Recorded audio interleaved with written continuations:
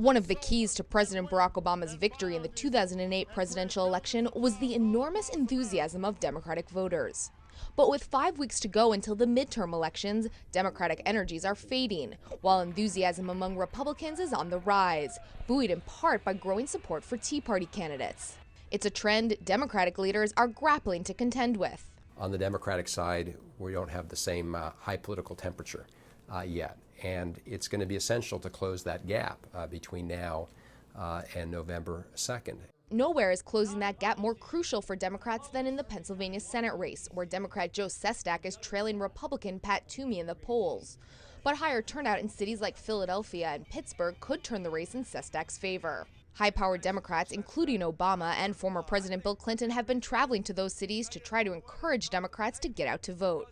But there's a difficult reality that both parties must face. Many voters say the lack of enthusiasm for Democrats has more to do with anger toward the party in power than support for Republicans. A new Associated Press GFK poll suggests that while 60% of voters disapprove of the job congressional Democrats are doing, 68% frown on how Republicans are performing.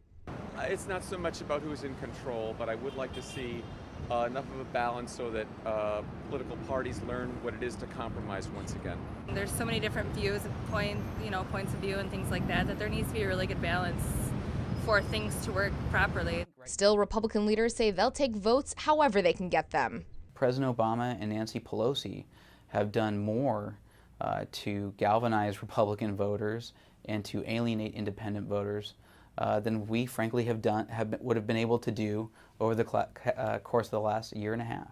Democrats say they still believe they have time to employ the same grassroots get-out-the-vote efforts that were so successful in 2008 during the final weeks of the midterm campaigns.